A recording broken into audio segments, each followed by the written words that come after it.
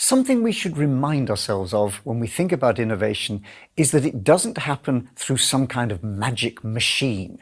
You put the resources in, the money and the other things, and out come the innovations. That's not how it happens. The way innovation happens is through people. It's not, and never has been, a solo act. We're not talking about one person doing it. What we are talking about are people. People coming together in various configurations, in teams and networks, and as we grow, in larger organizations. But at the heart, what brings innovation to life are people. And so we're going to look a little bit more at the people side now, starting with the individual. What do we know about individuals as creative agents of innovation and how they might play out in organizations playing different roles? And then particularly focusing on how teams create possibilities, the coming together of different complementary individuals catalyzed to create effective change. And we're also going to look at the organizational context. How can we create the conditions in which individuals and teams can deliver value through ideas?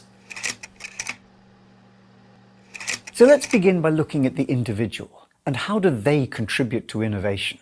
Well, the answer is very, very simple. Creativity. It's the gift that we all have as human beings. It's helped us as a species survive in a hostile environment. And basically, we don't have to look far to be reminded we are all creative. Look at any group of children playing in a playground and you get a quick reminder.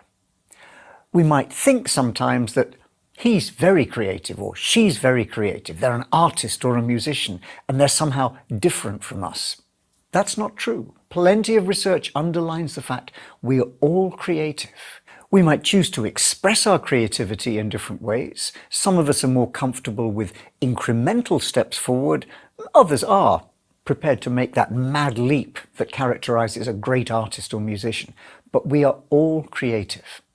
And that's a really important point because we need creativity and we need those different creative styles in our organizations. So creativity is the key resource, and the really good news is that it's a skill. It can be developed. We can think about a kind of creativity gym where we can develop our skills in the area of creativity. In particular, 4 factors seem to come out of research around key elements of the creativity puzzle. The first is how open we are to new ideas, to new input. And of course, we can practice by trying to open our minds to new stimuli, keeping ourselves aware. The second characteristic has to do with problem exploration. Problems are sometimes very obvious in terms of their solutions, but sometimes they're not, and we need to explore, to crawl around them. In a very famous experiment, a study was made of a group of artists and their creativity. They were given a number of objects and asked to construct something, a painting or a sculpture, but essentially to use those objects to create something.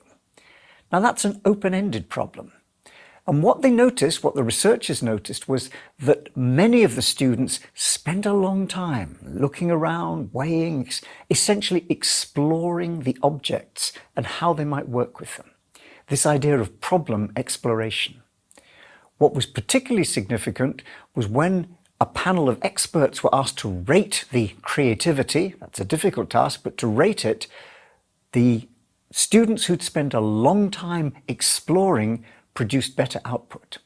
Perhaps even more significant, a decade later when those people had gone on to have careers as artists, in terms of external measures, including the popularity of their work, they also did well. So problem exploration matters, not just taking things at face value, but exploring. A third key factor in creative skills is perseverance. That grit that says, I'm not sure, but I'm going to keep going until I find a solution. James Dyson is a famous innovator and the head of a very successful global corporation. And his particular successful product that launched the business was a vacuum cleaner without a bag. The Dyson bagless vacuum cleaner. The idea for it came when he was frustrated with his original vacuum cleaner because it wasn't sucking up very well. And being an engineer, he took it apart and found that the bag had got clogged up with dust, so wasn't really sucking anything. And so what he said was, okay, maybe I could find a way of making a machine that doesn't need a bag. And he had an insight to take from the world of industry, pollution extraction, a tool called a cyclone. It's basically a very high tornado of air which draws any dust or other things down with it. Great idea, but it took him 5 years and over 5,000 prototypes before he finally brought that successfully to market. That's perseverance. And the last of these creative skills is the ability to step back and reflect. Self-awareness, what's sometimes called metacognition. Thinking about how do I do something and how might I do it better. Now these are 4 simple skills and there are many tools to train them, but they do underline the fact that creativity is something we all have and we can get better at doing it. So creativity is at the heart of the individual contribution to innovation, but there are many different roles individuals can play in organizations trying to create value from ideas. Perhaps the central one, of course, is the entrepreneur, the one who makes innovation happen, or, because we may not always be talking about a startup, the intrapreneur, somebody inside a larger organization who tries to make innovation happen. And there are many, many examples of these characters. Think, for example, of 2, Spencer Silver and Art Fry, who worked inside 3M, and basically together came up with the idea and the application for what became Post-it notes.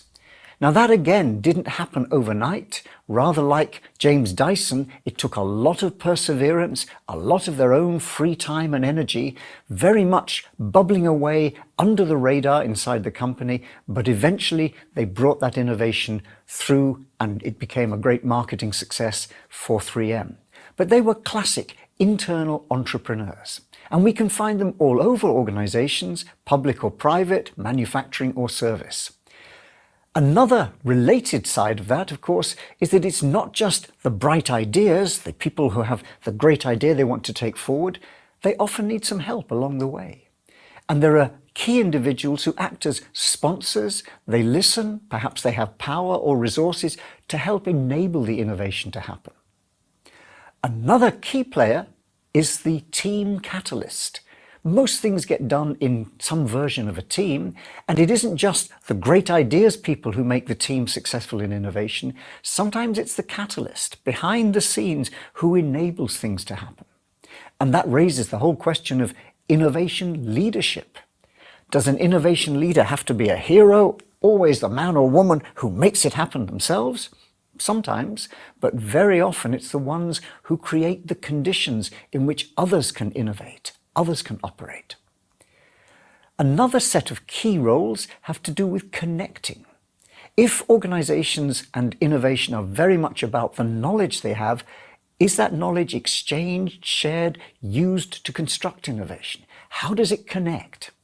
And particularly the work of a man called Thomas Allen, who was a professor at MIT, underlines the importance of this. He studied the American space program, the program that was trying to put a man on the moon and bring him back again safely. Now you need a lot of innovation to make that happen. And Tom Allen was studying the way organizations innovated, and he noticed that it isn't simply there is knowledge out there or across the organization, it flows through people. And in particular, it flows through key people. He called them gatekeepers. They say, oh, that's an interesting piece of knowledge from there, and I know just the person who might benefit from it. They connect knowledge up. And these days, knowledge networking is a really important resource, but it depends on people. And so we can see very clearly, innovation is not just about individual creativity or individual knowledge. Those things are very important, but also about these many different roles that individuals can play. So let's summarize where we've been in this film. Innovation doesn't happen magically or by some kind of machine. It happens through people. Individuals make a big contribution, primarily through their knowledge and their creativity. And everyone is creative, but they may have different preferred styles through which they express their creativity. Creativity involves skills which can be enhanced and developed. And innovation also depends on individuals playing a range of key roles, as champions, as entrepreneurs or intrapreneurs, as gatekeepers, and as catalysts. Now, let's pause for a moment and think about all of that.